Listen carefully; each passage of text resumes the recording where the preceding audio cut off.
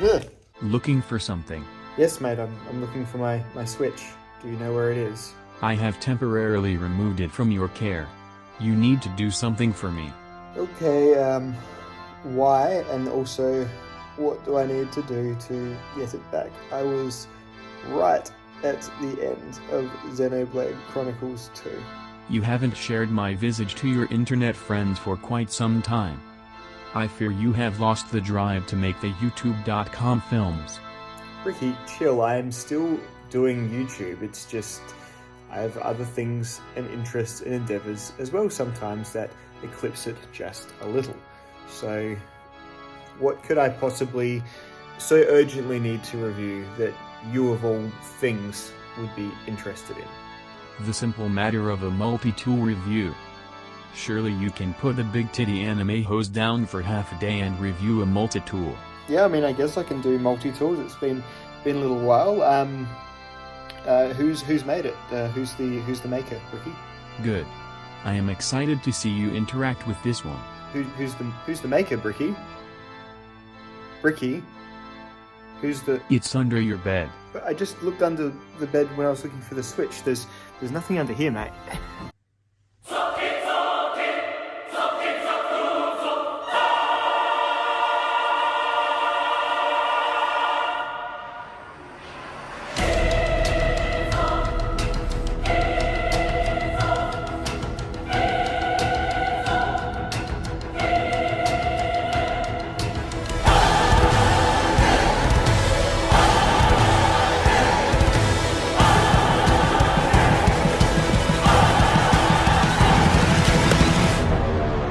This does seem like somewhat of a cursed object, Ricky. Let's go over it and let's start off with some good things. Let's search for the good things in this tool, because I've used this a bit, I've carried it around, and yes, it is largely cursed. But two things. This is always handy, being able to mount a multi-tool to your belt and also use it as a carabiner. Leatherman did this a long time ago with the skeletal, and this is sort of a bit skeletal-ish, which is entirely blasphemous, but it is sort of that level of multi-tool, just almost like a smaller pocket-sized or lighter, carry multi-tool. This doesn't have pliers on it though, of course. So that's good, I don't mind that. Now, and the other thing that is good is that the knife blade, let me finish, not the whole knife blade, but the knife blade came very, very sharp, and it is actually still moderately sharp. I haven't cut too much with it, but this blade made of most likely 5CR 15 MOV actually came with a very good to at least decent factory edge, which is much better than what Gerber usually does. It's an unusual grind. It's sort of really, really thick and then very, very abruptly, almost Scandi ground, really. There isn't really a secondary bevel, so it's not the most stable of edges, especially when its backbone is, of course, the 5CR 15 MOV steel, but came from the box quite sharp.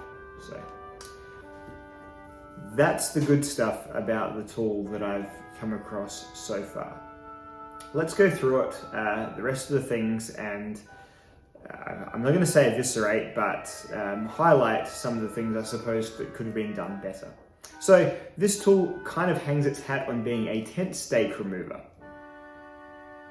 Yeah, that's something that someone thought was worth building a full multi-tool around, and of course looking a little bit like a beefed up version of the Victorinox package hook, and it sort of somewhat awkwardly hangs itself on the end sort of pivot screw Torx bolt kind of thing, and you need to sort of like up and over it around. It's not a super intuitive way of getting it, and you can't sort of just push it. You have to sort of then get it to the closed point and give it a bit of a lift and around, and then it sits on there fairly well. So that is a tool that I don't think I would ever use. I just use I bring a multi-tool camping, a plier-based multi-tool, and I just use the pliers. You get the nailed jaws around that tent stake, and you just pull it out like that, or you just use your hands or a stick, or basically anything but a specific little hook-type tool.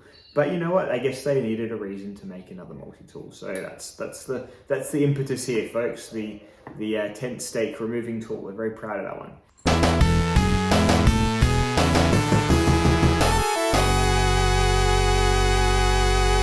Then on the back here, you've got sort of a section that feels like a file, but due to obviously it being at the same level as a lot of the other accoutrements, you could never actually file anything with it. So what they say is that it's a match striker surface. So if you're still rolling around with matches that don't come with their own matchbox, that aren't safety matches, so it needs to be not safety matches, and also you mustn't have anything else with you that you would need to strike them with, including just a rock, then this will, I suppose, allegedly strike a safety match, a non-safety match. So, you know what, whoever said that multi-tools were just an exercise in putting useless tools together on a doodad and then selling it? Whoever said that? And then we've got a pair of tweezers. So these tweezers, they're not very good at being tweezers because they're actually rather sharp, and they tend to sort of damage the things that you pull out. And I guess you could get a splinter out. I had a splinter yesterday. I wonder if it's still... Oh no, my body's naturally pushed it out. So it's gone now. But you could theoretically get a splinter out with these points here. They are also, if you needed to like pull a hair out or something, they tend to kind of like cut the hair, which, I don't know, maybe that's what you want. Maybe you could, it's like the slowest way ever of shaving your face, just like cutting each hair with your tweezers. But the real virtue of the tweezers, right, and this is probably not Gerber's intention, but the real purpose of the tweezers is to, of course, extract the spine tools. Because as this is a Gerber multi-tool covered in their oxidey stuff and just built terribly for whoever builds them for them, these spine tools, I challenge you to get them out without seriously hurting your fingernails. It is, and this is, I've agitated these. From the box, it was shocking, but even now, and I'm not just handing this up to the camera, even now I can't get them out, and they're so sharp where the nail grooves are supposed to be that they really dig into your fingers, and this would totally like hinge your nail off. Just imagine like your nail getting slowly lifted from your finger, it would do that, absolutely. So the tweezers are actually really, really great for getting under that nail groove and giving them a lift there and getting that first tool out. Even then it's not easy. And then you've got your saw.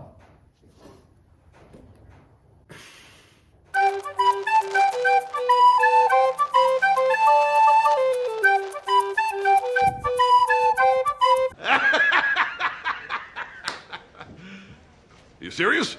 And then you've got this awl tool, which is probably the mainly, you know, the most useful tool.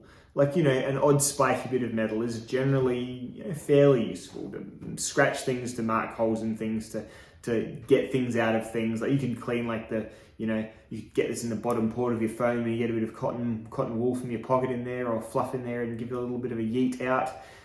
You know, you can scrape a fire still with it, they say. Let's test that actually. Oh, here's one. Didn't have to go far. I just live the bushcraft, but fire steels everywhere. So let's see if this strikes a fire steel.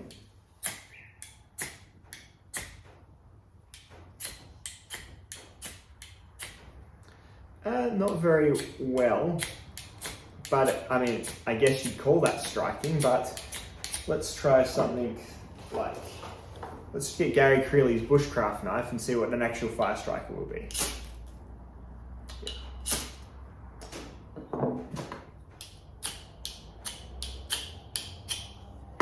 I would say that, my friends, is night and day.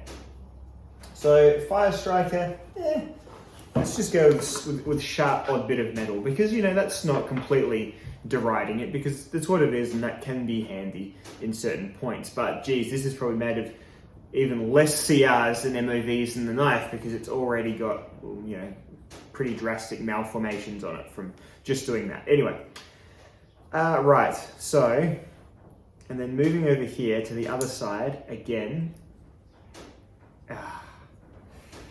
prying that skin off of your thumb are this pair of scissors. that open exactly that far, are quite sort of crunchy and grindy.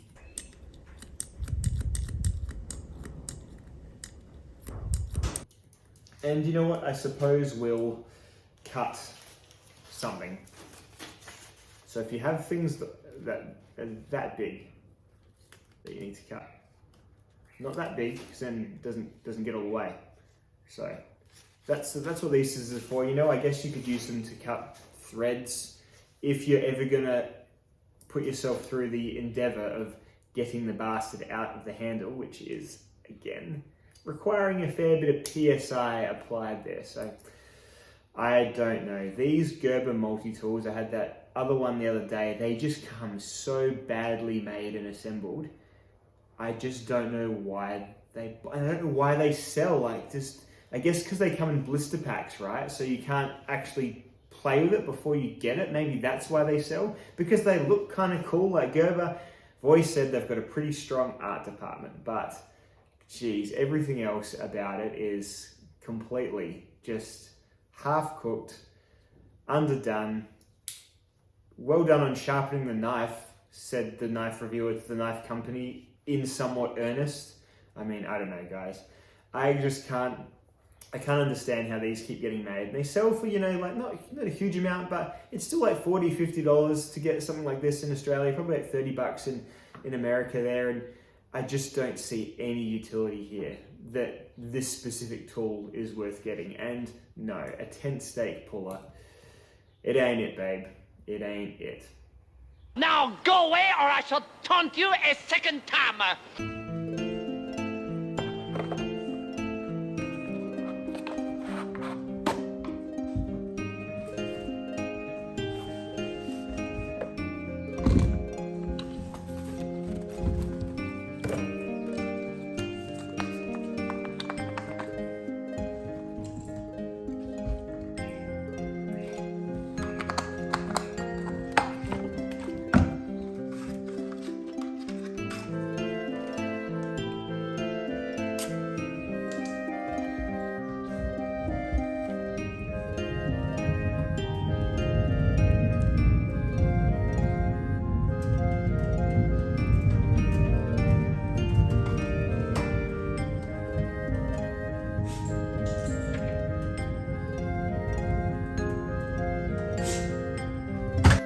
Alright guys, it's over now.